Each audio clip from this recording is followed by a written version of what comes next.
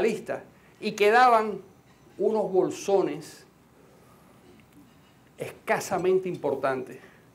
El manicomio de Corea del Norte, que se consumirá solo como consecuencia de la locura de ese régimen, Cuba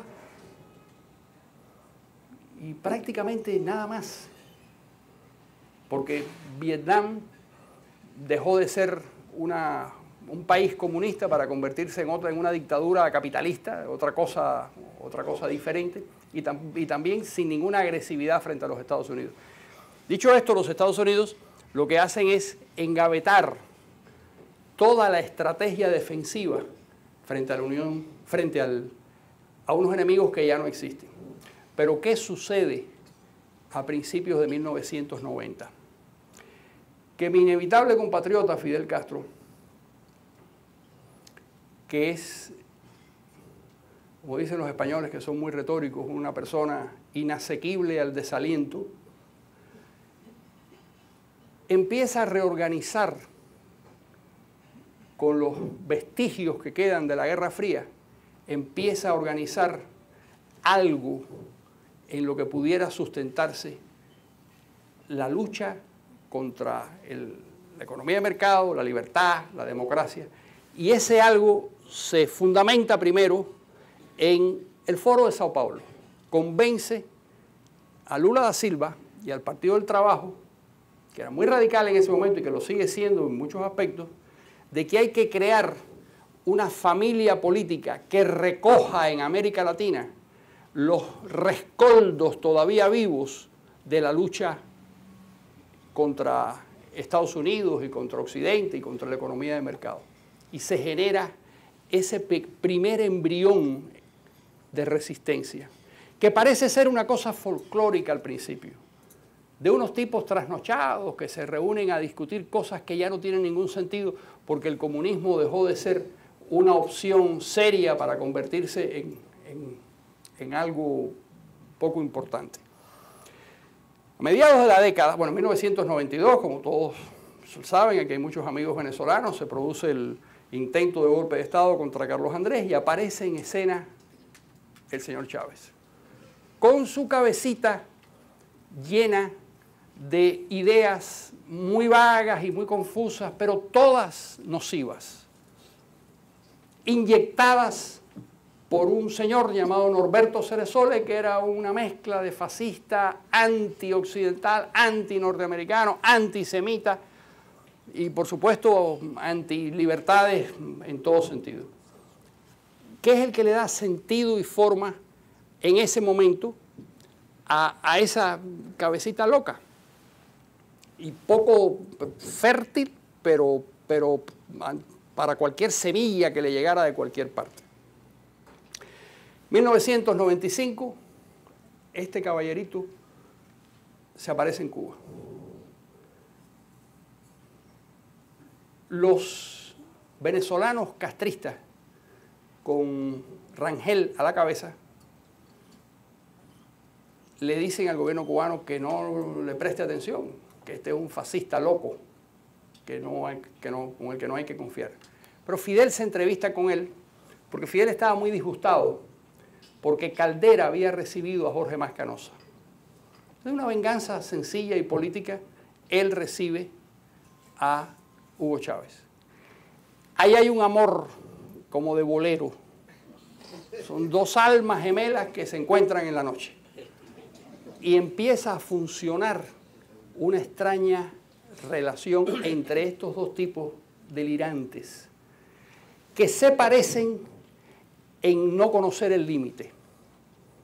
Es decir, el rasgo que comparten, el rasgo esencial que comparten, es que son dos personas a las que por alguna extraña les extirparon en su nacimiento cualquier vestigio de prudencia. Y empiezan a idear cosas. Ahí la relación es de subordinación intelectual de Chávez hacia Fidel Castro, que es jefe de gobierno, presidente. Él es un tipo que acaba de ser liberado de la cárcel.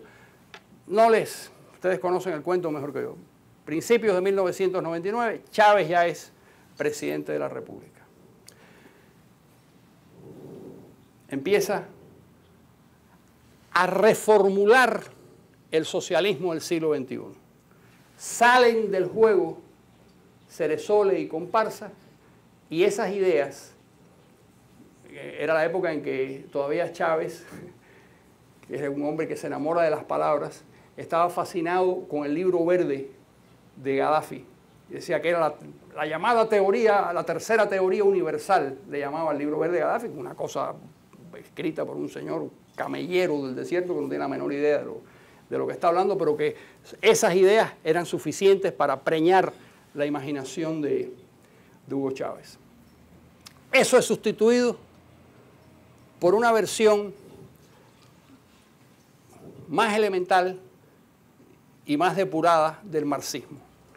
Las lecturas de Fidel del marxismo, todo lo que Fidel sabe del marxismo es el ABC, escrito por Bukharin, por Nicolás Bukharin, a principios del siglo XX. Ese es el libro de... Lo cual no está mal, porque ¿para qué leer El Capital? Que es un libro equivocado, que cuesta mucho trabajo leerlo y que además es muy extenso. Es mejor ya, si uno va a leer un disparate, es mejor que sea corto que sea largo. Entonces, el disparate de Bukharin está muy bien explicado. Y eso es lo que Fidel tenía en la cabeza y eso es lo que le transmite a Hugo Chávez, que queda fascinado porque todo es tan fácil. El marxismo tiene esa cosa maravillosa y ese librito de que todo está explicado. Todos los problemas tienen una solución, todo es tan fácil de resolver que una mente simple puede ser perfectamente persuadida por esas ideas. Sigue desarrollándose lo que ya ustedes saben que es la metodología es decir, Chávez, gran vanidoso, eleva a categoría universal la experiencia venezolana. Llegamos al poder mediante elecciones, redactamos una constitución, desmantelamos los poderes de los tres poderes clásicos de la República, es decir, desmantelamos lo que es la estructura republicana y nos acogemos a un modelo caudillista, autoritario, donde la democracia es un método para tomar las decisiones que a nosotros nos conviene.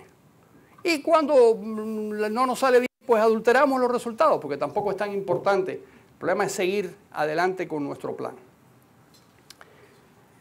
2002, intento de golpe, o como se llame, no entremos en la discusión de lo que pasó en el 2002. Lo que pasó en el 2002.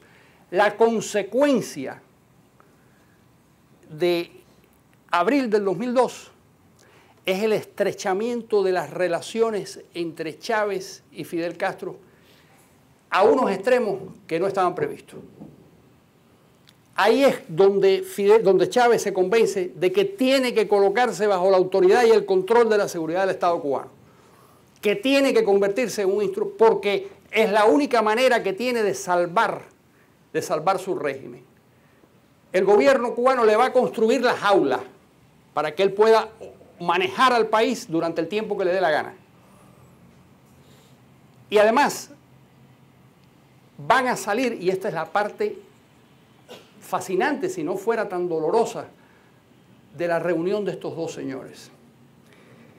Van a salir a la conquista del mundo, porque llegan a la peregrina conclusión de que la responsabilidad de Moscú ahora cae sobre los hombros de La Habana y Caracas, que ellos son los encargados de seguir adelante con la tarea que quedó trunca cuando los soviéticos fueron penetrados por el agente de la CIA, Gorbachev. Fidel estaba convencido que Gorbachev había caído bajo la influencia de la CIA, pero convencido, lo despreciaba profundamente, y que a partir de ese momento tenían que desarrollar una estrategia para llevar adelante la revolución planetaria. ¿Por qué? Entre otras razones, por las mismas razones que los soviéticos tenían en 1917. Porque llegan a la conclusión de que si no se expanden, se destruyen y fracasan. Que es un tipo de régimen que solo puede subsistir si crece, si crece en su perímetro, si crece en su influencia, si hay una causa. Entonces tienen una misión. La misión es la conquista del mundo. ¿Qué es una cosa loca? Sí, es una cosa loca. Loco era el señor Hitler también cuando decía que el Tercer Reich iba a